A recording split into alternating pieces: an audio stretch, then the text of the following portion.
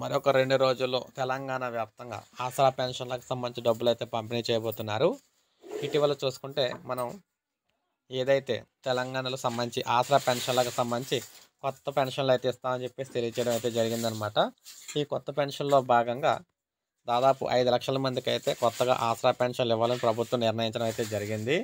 వాటితో పాటు పాతవి. సో, ఈ నేపథ్యంలో మనం చూసుకుంటే రాష్ట్ర వ్యాప్తంగా ఆసరా పెన్షన్‌ల కోసం ఎదురు చూస్తున్న వారందరికీ కూడా ఇదో గుడ్ న్యూస్ అని చెప్పుకోవచ్చు. మే నెలకు సంబంధించి ఇంకా ఆసరా పెన్షన్‌లు అయితే విడుదలైతే చేయలేదన్నమాట.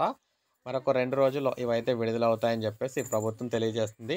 దీంతో పాటు కొత్త ఆసరా పెన్షన్‌లకు సంబంధించి కూడా విడుదలైతే కాబోతూ ఉన్నాయని చెప్పేసి ఈ సందర్భంగా తెలియజేస్తున్నారన్నమాట. ఇప్పటివరకు ఎవరైతే దరఖాస్తు చేసుకున్నారో వారందరికీ అర్హత ఉన్న వారందరికీ కూడా పెన్షన్‌లు అయితే ఇస్తామని చెప్పేసి ఈయనైతే తెలియజేయడం అయితే జరిగింది. సో, ఇది మనకి తెలంగాణలో తాజా ఆసరా పెన్షన్‌లకు సంబంధించి ఉన్న తాజా సమాచారం అన్నమాట. సో, ఇలాగే ఎప్పటికప్పుడు లేటెస్ట్ అప్డేట్స్ అందిస్తుంటాను. ఒక లైక్ చేయండి, సబ్స్క్రైబ్ చేసుకోండి. మన ఛానల్ సబ్స్క్రైబ్ చేసుకోండి.